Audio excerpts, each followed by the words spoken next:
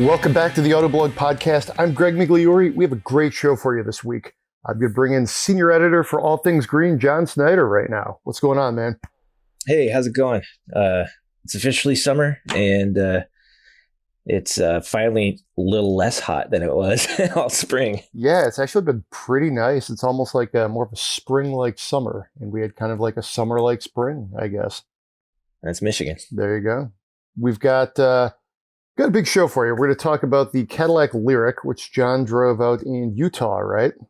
Yep. Yeah, that was cool. I drove the Ford GT out in somewhat similar locations. So it's beautiful country. It is a great place to test drive a car. So that we'll lead off with that. A couple other things we want to get to, though. The news about the Cadillac Celestiq, or as I like to call it, the Celestiq.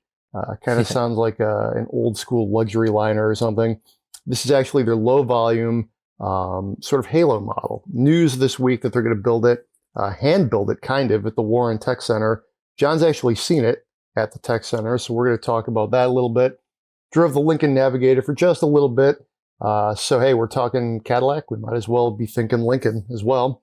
And then a couple of news hits, spy shots of the next generation Ford Ranger. And John compiled a list of where all of the EV trucks are. What's going to happen, what's not going to happen, and what is just straight up vaporware. And you should probably just stop even talking about it. We will spend your money. That's podcast at autoblog.com if you'd like us to answer your questions about your next car purchase. So the Cadillac Lyriq. It's electric. It's a Cadillac. You drove it in Utah. What else do people need to know about this?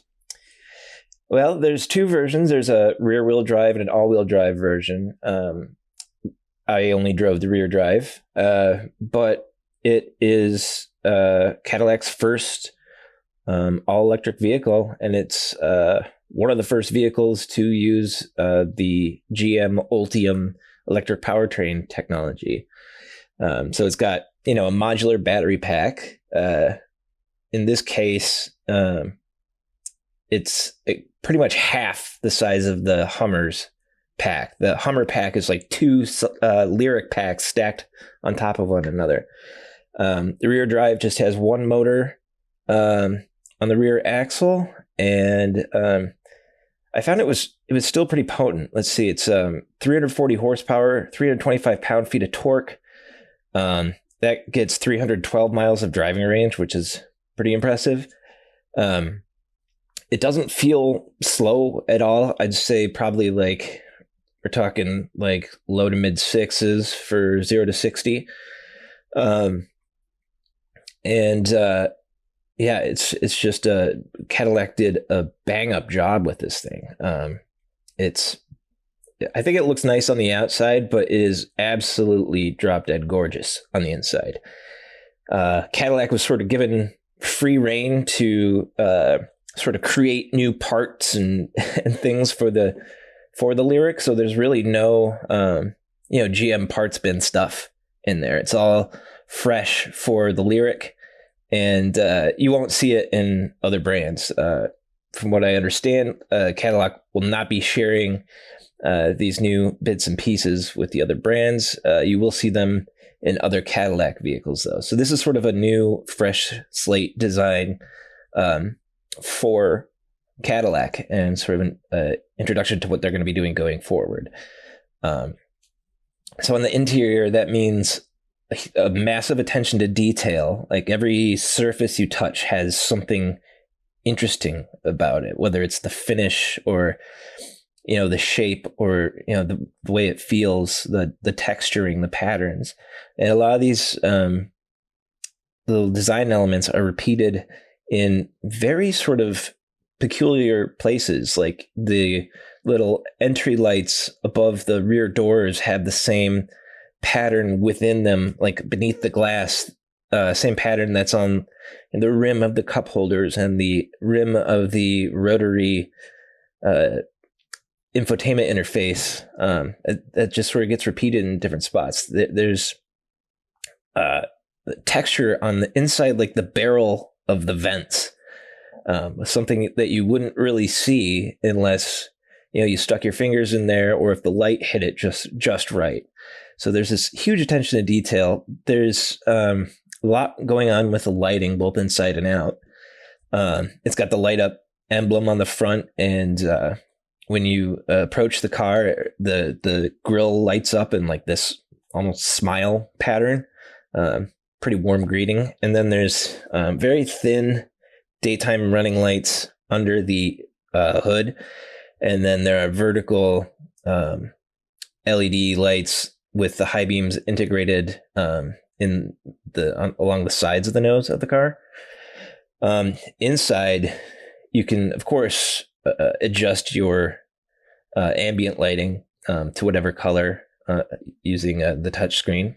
And then there's also in certain places, particularly the door trim, there's this sheet of metal that was sort of laser etched to get this pattern.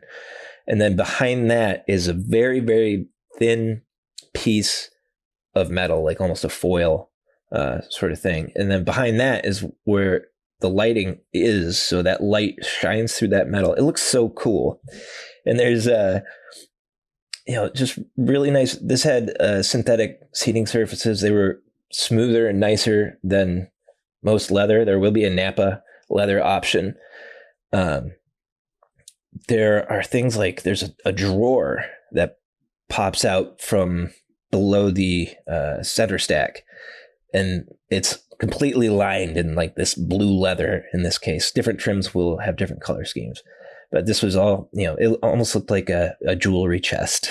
Like you could, a Rolex watch would look perfect inside that. And there's just lots of little touches like that all over the interior of the car. And it's very, very comfortable.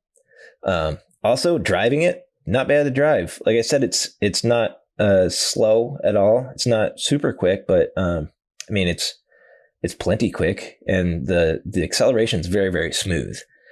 And then there's modes. There's sport mode, tour mode, and then there's a mode called My Mode. Well, there's a snow and ice mode, but there's also a My Mode where you can, configure it however you want. Because the drive modes affect the acceleration, the braking, the steering feel, and the sort of noise that's pumped in through the speakers for when you're accelerating to simulate. It doesn't really sound like an internal combustion thing, but it rises and falls with your speed like you would expect an engine to.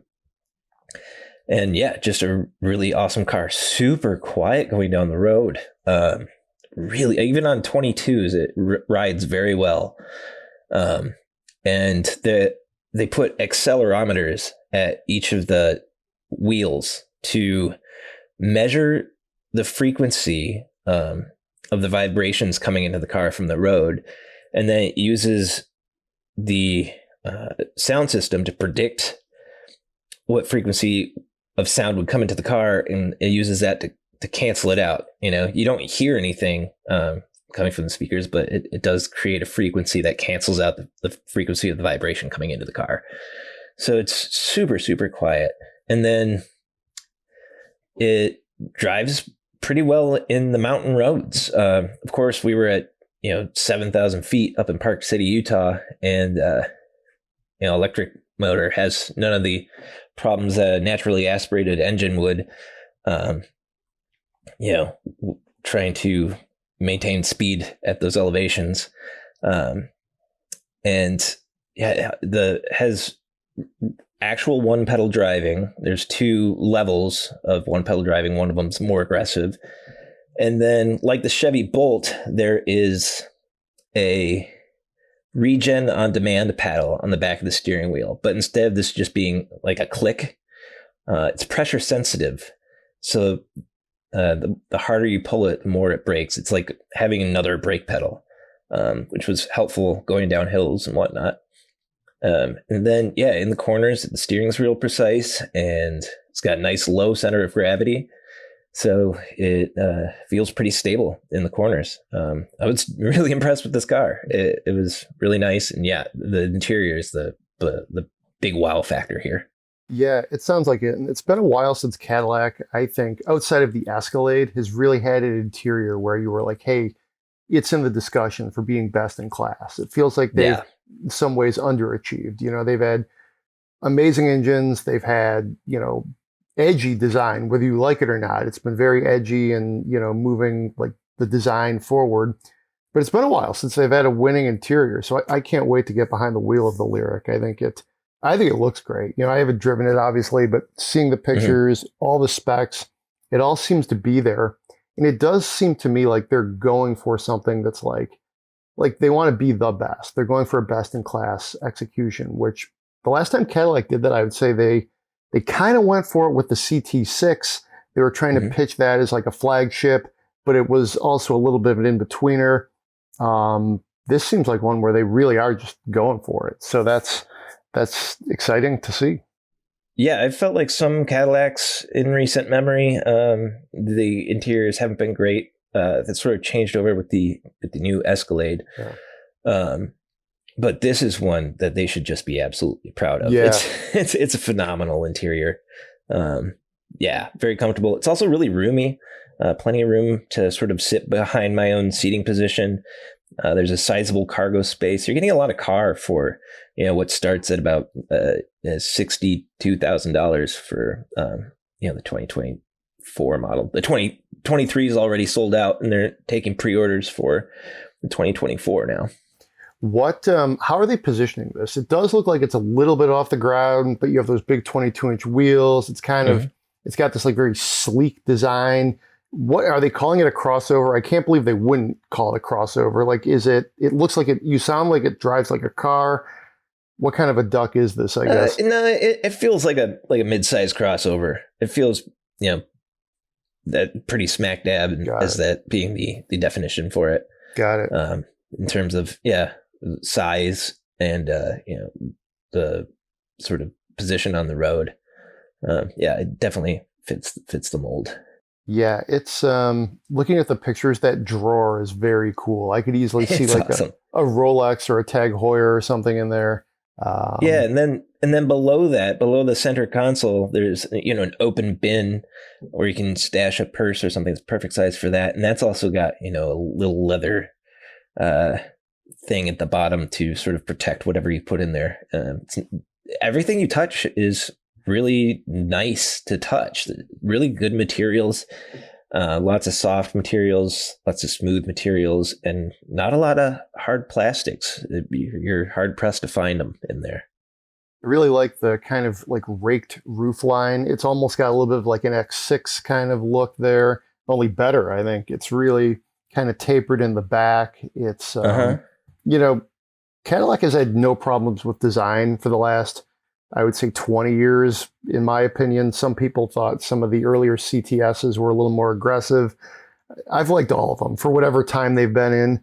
This one to me is even more like, I wouldn't say out there, but it's a very handsome vehicle. That's really like aggressive. Yeah, it looks pretty athletic while still looking pretty classic Cadillac design. It doesn't scream at you, hey, look, I'm an EV, I'm weird. It's like, hey, look, I'm a really nice Cadillac crossover. And it sort of invites you to approach it that way.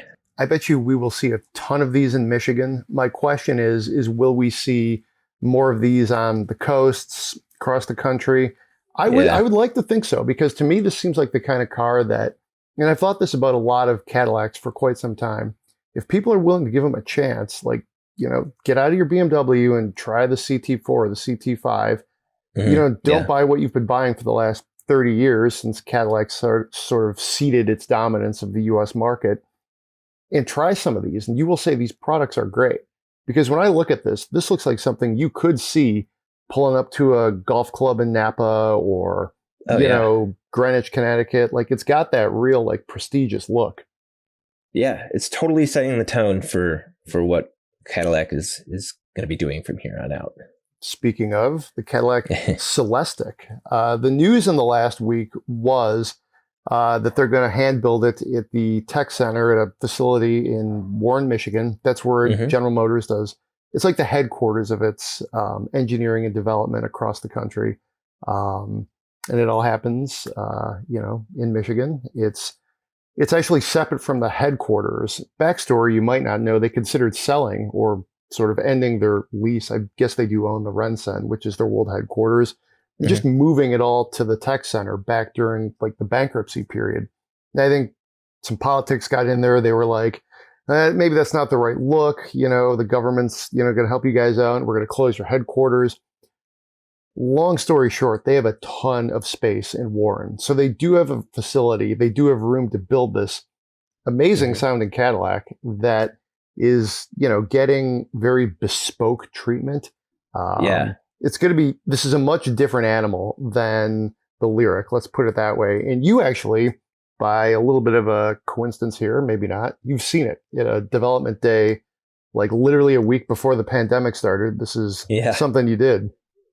Yeah. So I got to see the Hummer before that was being shown to people.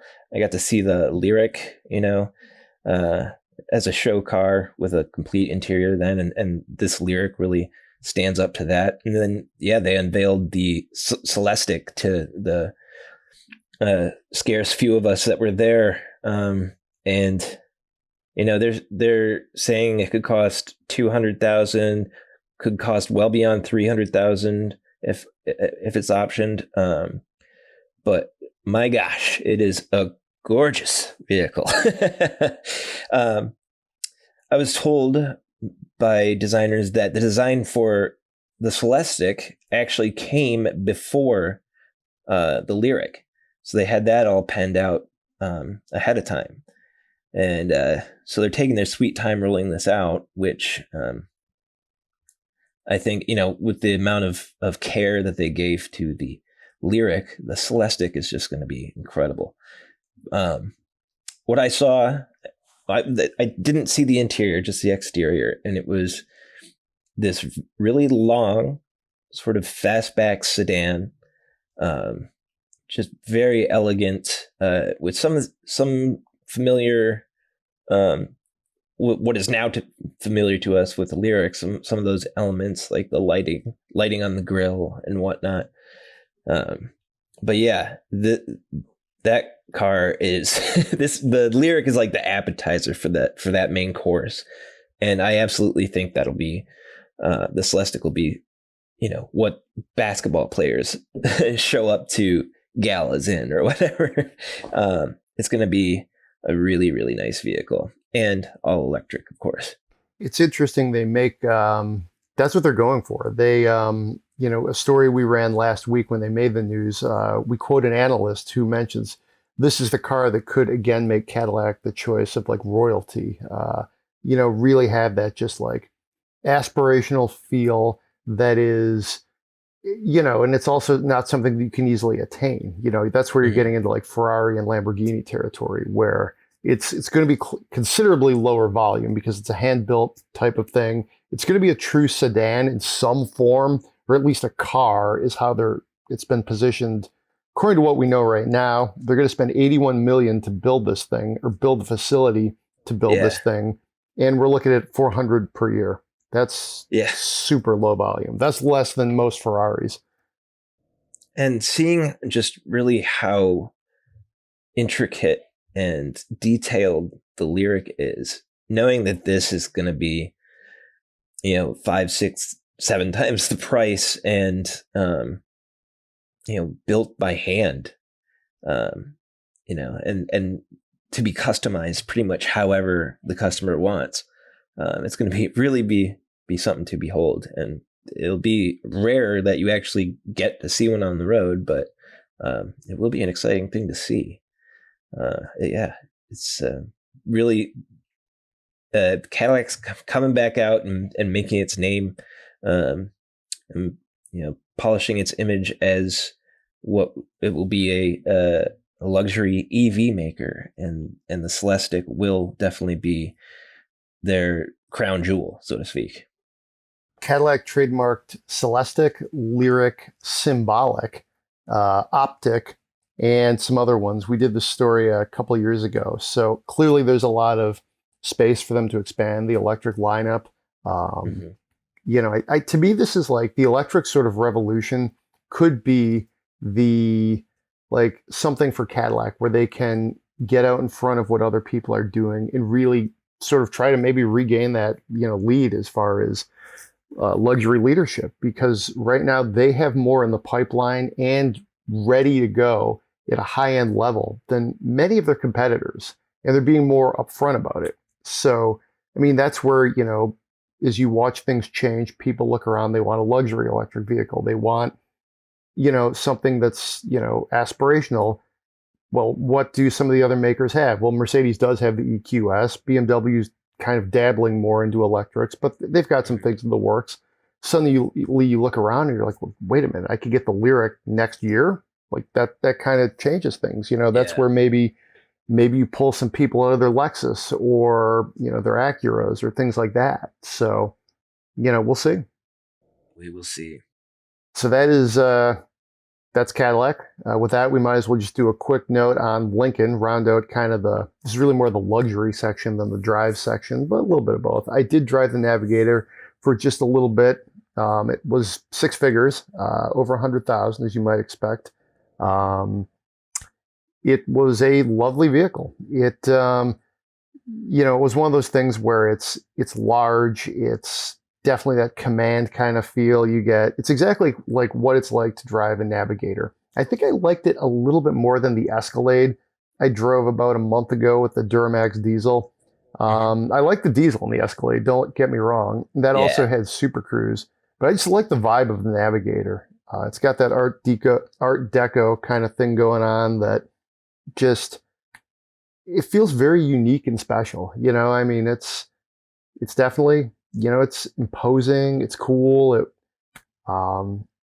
a lot to handle, but, Lincoln has done a good job of tuning it. So it's not that much work. Let me put it that way. And the inside is just gorgeous. Yeah. It's another vehicle that has, is exemplary of excellent interior design, especially in the higher trims, and some of the neat colors you can get them in. It's definitely, one of the best interiors out there right now.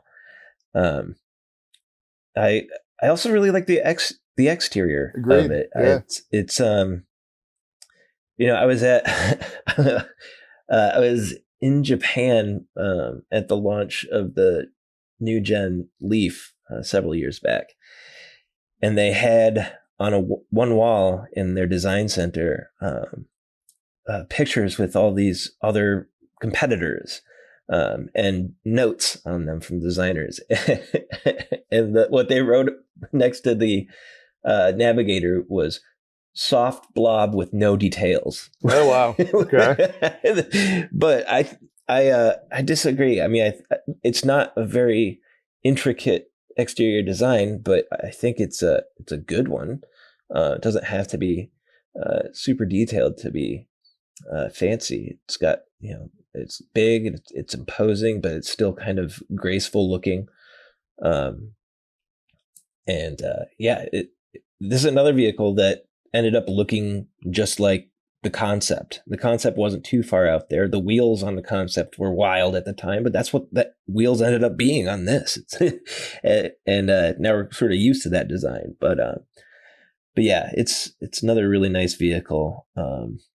It's got some weird, interesting things going on inside, like the buttons for gear selection is kind of. I mean, it's not a bad layout. It's just kind of strange, oriented in this horizontal line. But it's also what helps make the car stand out and make it feel unique and special. It's funny you mentioned that concept. I was at the New York Auto Show when they revealed that, and I remember like some of the cues, like the wheels they did essentially bring to production on the Navigators, different trims. But I remember it had like this waterfall like staircase that came down the side, which they even said, they're like, yeah, we're not doing that. But they could have in some ways. It really was like just like an extended running board. The interior was a little far out, but I mean, and I would agree with you. I think it looks pretty good on the outside. It's like a barge, it's a refrigerator, but that's what it's supposed to be. Nobody wants, like when you say Lincoln Navigator, you expect to roll up in a battleship. You don't want something that's, curvy and, more unassuming or something. You want, you want the dreadnought. So Yeah, you want stature. yeah, and I mean, with this thing, you are king of the road. You can see everything. It's comfortable. The leather was really nice in there. There was nothing. I was going over the sticker going through the Monroney here, and there was.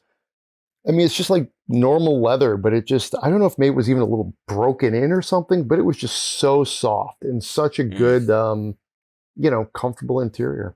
So, so that's the Lincoln Navigator. I guess we'll stay with Ford here for a little bit and talk some news. We have spy shots of the next gen Ford Ranger. This is basically more like the long cab that we saw. So they'll probably sell a few of these because people, even in the midsize segment, they like a fair amount of room. For me, here isn't so much that we're seeing these spy photos, because we have seen Ranger, variants, and we're going to see a number of variants in the next year or so. But I mean, to me, this is a chance to kind of see, hey, the new Ranger is coming. It's going to be something that is newer when it gets here than the last one was. Let's put it that way. For sure.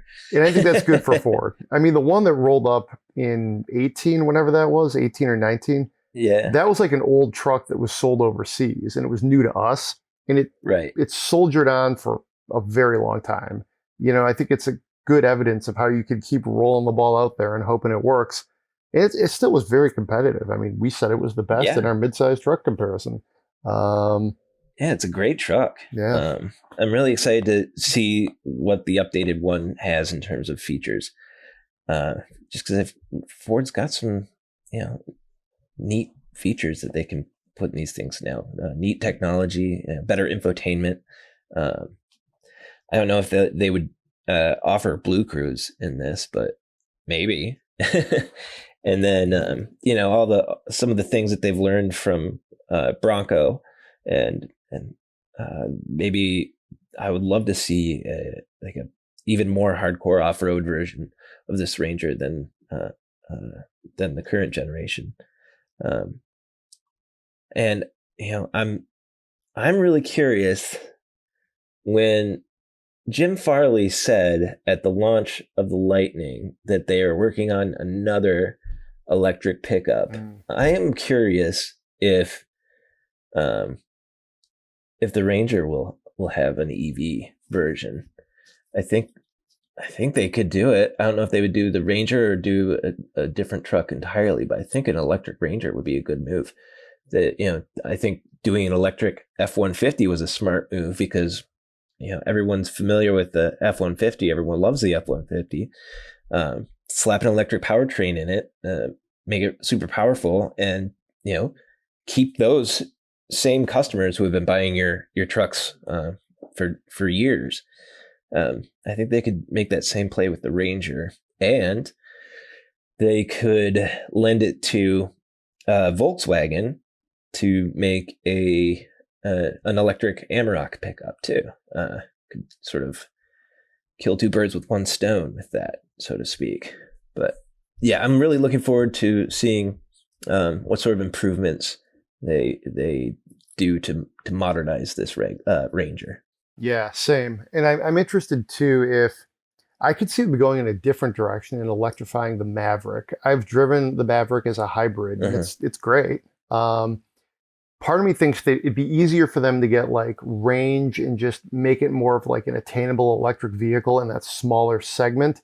Other side of that argument, though, is you electrify the Ranger and you could charge more for it and probably get your cost back right away. And that also has a little bit more of a status thing, so it's interesting. There would be room for bigger battery in the Ranger too. That's true. We'll see. I mean, Jim Farley just kind of threw that out there, and I know. People were like, well, what does that mean? Is it electric? Is it, is it a version of something that exists? Is it something all new? I think we're both onto something. It'll probably be the Maverick or the Ranger, and then we'll see. Either one will be cool. Yeah, definitely. Both great trucks. So speaking of electric trucks, you pulled together a list a little over a week ago about everything that's coming out there. It was one of our top clickers of the week. Everything from, the electric Silverado to the Scout to all sorts of things, some of which are, definitely going to happen. They're confirmed. You can order them now, some of which probably will never happen, which I think is interesting. And I think that's a really good roundup too, because for a long time, there's a number of trucks we've talked about and we're like, hey, this is coming, this might happen. And then there's just ones that are like, straight up rumors, which is a good way to put it.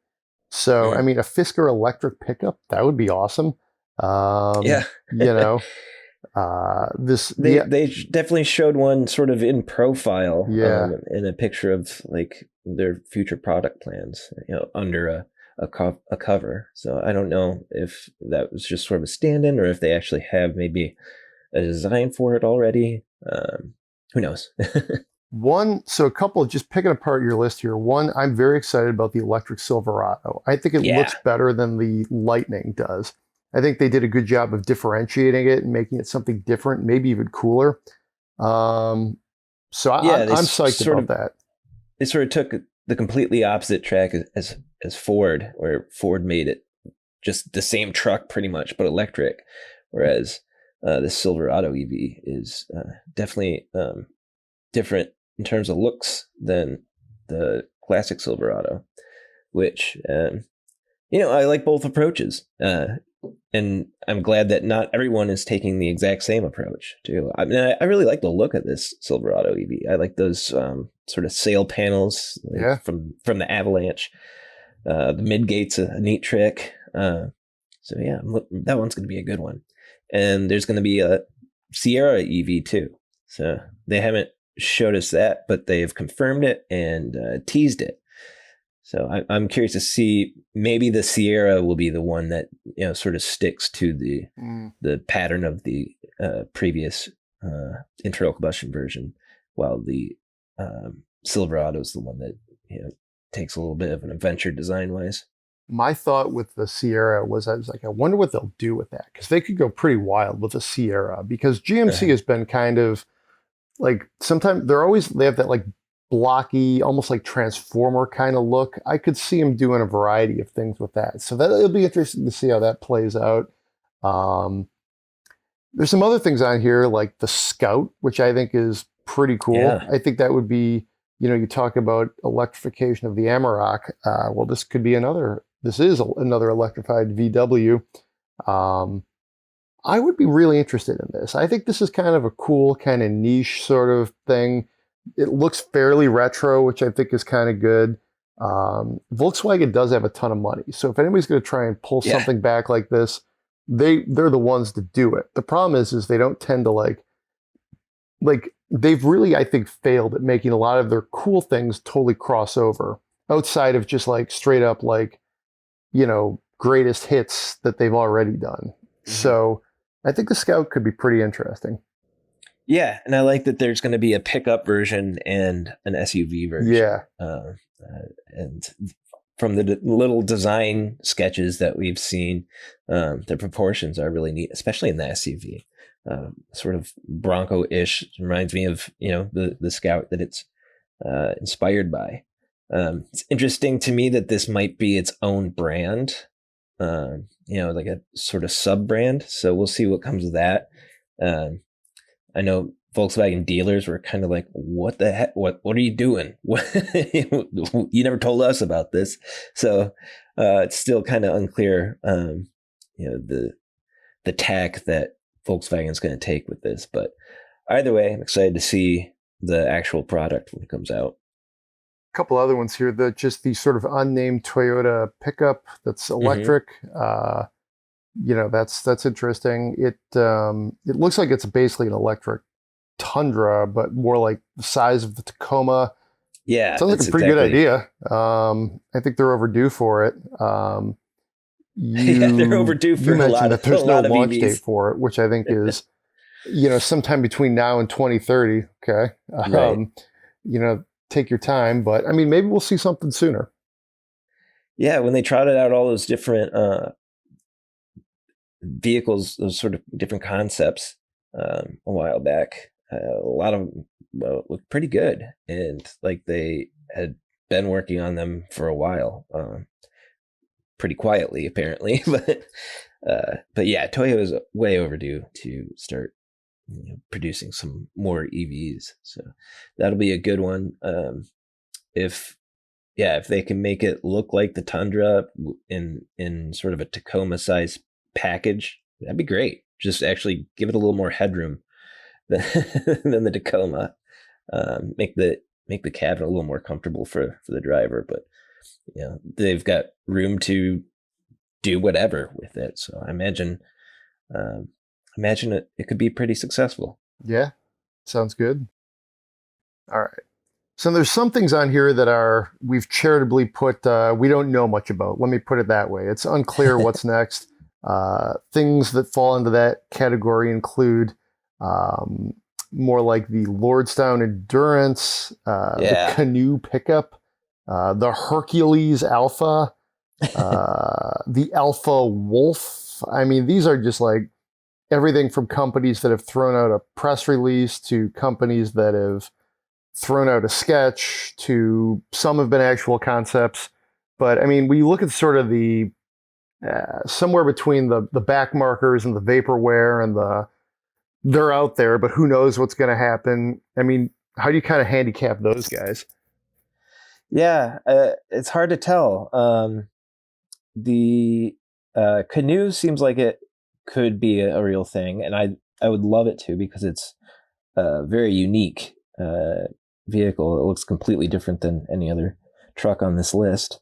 Lordstown Endurance, who knows with that? They've been going through some rough spots there, but I hope they get some out there, because I would like to try out a truck that has in-wheel motors. That'd be neat.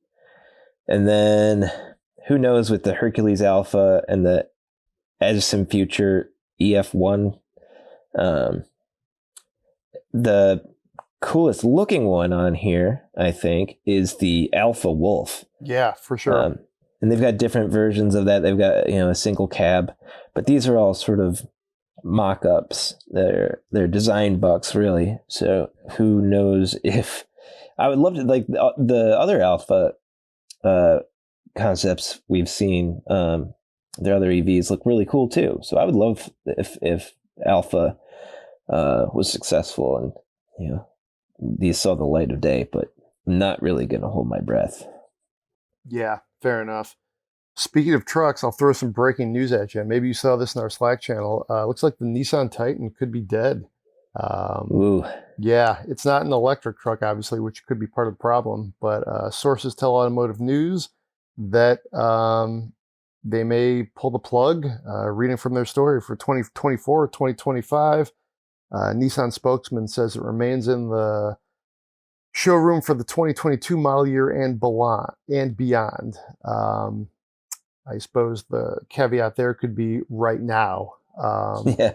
If true, I'd be a little bit surprised, but I guess not shocked. I mean, if you're looking for like, hey, like what can we win with? They never won with this truck. It was a good truck, right. But at the end of the day, it did not take market share from any of the Detroit 3. And it really just probably was like kind of fighting for like 4th or 5th place, depending on how you kind of look at some of the, like where you put the Sierra, if you count that as its own thing. It really was just, like I said, 4th or 5th place with like the Tundra, kind of like a back of the pack truck that never really, put any points on the board for Nissan. Yeah.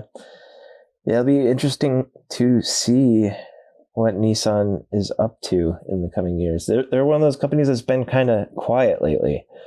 I know the Nissan Ariya, the electric crossover with all-wheel drive, is coming out soon. So I wouldn't be surprised if and Nissan's done okay with their hatchbacks and sedans. So that might be where they're placing their focus going forward. We'll see. Yeah, and I should note this report is, it's source tells Automotive News. So, we'll see. We're going to try and get our own story up here. If you're listening to this, probably go, by the time you listen to this, we'll probably have more details. So be sure to check out the site. That's interesting. We'll see. I mean, I could totally see why they would do it. just because it takes a lot of money to develop a new generation and make it good. I haven't looked at the sales numbers recently. I can't imagine they're all that scintillating, especially in this era of high gas prices. A little surprised they don't let it putter along for a while, because I would imagine it's still profitable. But maybe not. Building things is expensive. Maybe it's just a situation of cut your losses. But should we spend some money? Yeah. All right. Let's do it. Let's do it. Tim in San Luis Obispo, California writes that he has a 2021 Tesla Model Y. We got an offer to sell it for $12,000 over what we bought it for a year and a half ago. What a market. Now we're in the market for two different cars. Gas prices are over $6, at least over $6. Some stations are over $7 where he lives. We're looking for one EV and one hybrid. These will be our only two cars. We drive 700 miles twice a year to visit family, so some practicality would be nice to have in one car. Don't buying one car now and waiting for something to come up in the near future, if there's something worth waiting for. I'd love to keep the prices at $70,000 out the door for two new cars after any rebates. Looking forward to hearing some ideas from you, Tim. All right, so it sounds like we have $70,000, as I read this, for both cars to work with, one hybrid, one all-electric. So that's pretty doable, a little tight, but, let's with prices being so high right now, it's tricky, but I think there's some options out there. Why don't you start? See what you think. All right. So, I thought maybe the Tucson plug-in hybrid. Okay. And wait for 2023 for the price to go down on the Bolt EUV. Okay. So GM doesn't have any more tax credits, federal tax credits to hand out for its EVs, but with the price going down for the Bolt EUV, it'll be starting below 30,000, and the Tucson plug-in hybrid starts about 37,000, but that's also eligible for a $6,200 federal rebate. So if you just got sort of a base plug-in, base Tucson PHEV and a base Bolt EUV, that would leave you with about $4,200 to add in options to either of those. If you take into account the federal rebate for the Tucson, it gives you $10,500 to play with. So there you could get the Bolt EUV, the higher model with Super Cruise, and then a couple options on your Tucson. Or if in California, if you get even more of a rebate there, you might have even more money to play with. In which case, I would look at the Tucson Limited trim for the plug-in hybrid, because it's a lot nicer, in my opinion. But either way, and if you did the Tucson PHEV, like a base model, and then the Bolt EUV, the higher trim with Super Cruise, you would be $5 over your budget, assuming destination charges stay the same for next year and prices on these don't go up. But that's what I would do. Got it. Okay. All right. So there's so many choices out there right now. I can see why Tim writes into us, because you could really skin this a lot of ways. And it's interesting too, because so many of these tend to fall into the, especially in the electrics, the crossover-ish silhouette. So, that's where I kind of I'm trying to sort of spend which one I think would be sporty versus which one is more of a crossover. So for one, I'm going to go with the Mach-E. It looks like you could get one for about 44, which is a pretty good size crossover, so that there is some practicality there. It's not huge, but it's a crossover. It's got Mustang. It's surprisingly roomy inside. Yeah. So I mean, got that big frunk. Yeah, and it's also pretty sporty to drive, I think. Oh, yeah. So, you've got that on one end. And I think this is where you kind of got to play with your budget a little bit. If you want more of a base Mach-E, you could get it in the low 40s. And then, that's like what, 2/3, like 55% of your budget. So, you could do that. Then what I would do on the other side, let me see if I can find this right here, is I would go maybe a little bit on the cheaper side because you've only got about, roughly 30 grand to play with, maybe a little under.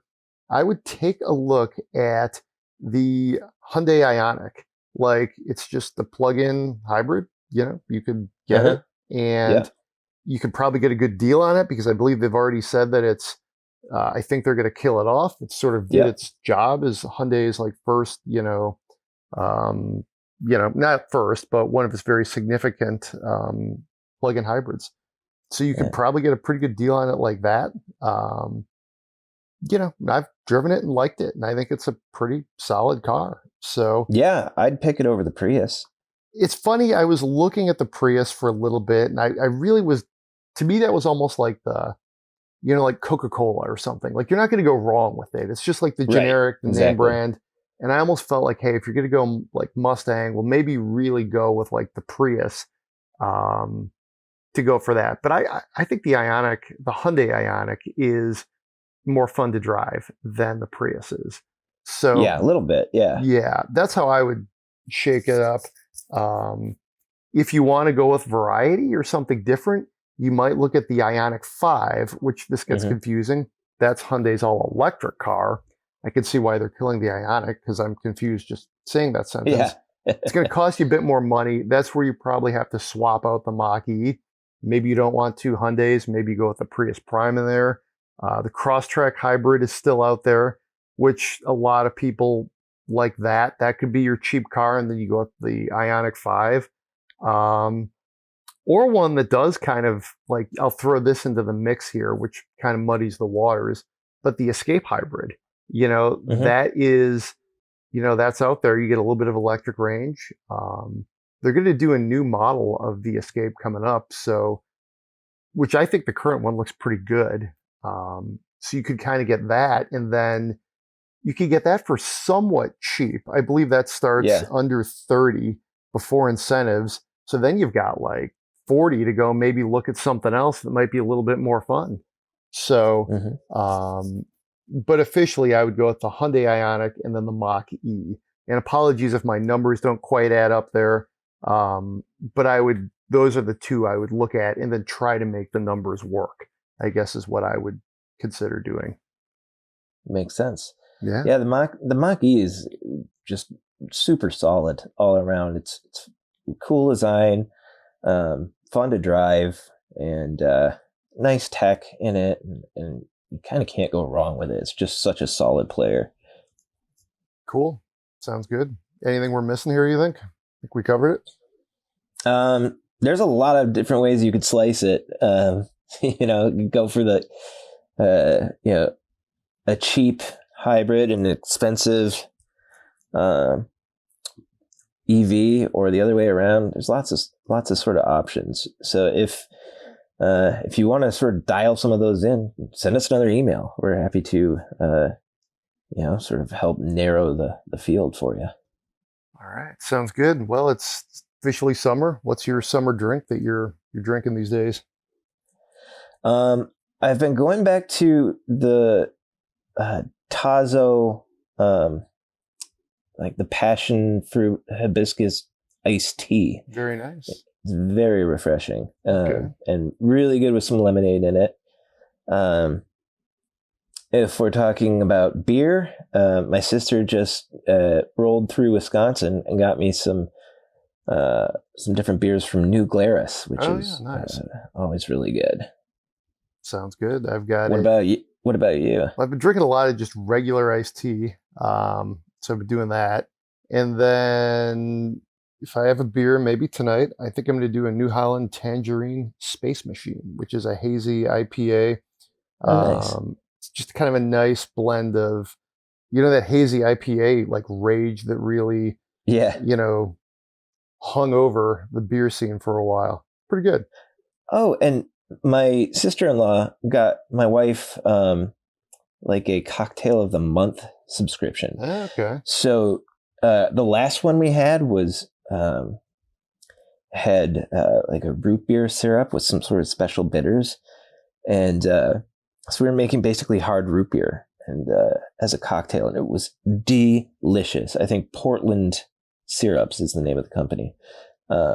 Yeah, so we went through all that syrup, so I think we're gonna do some more of that.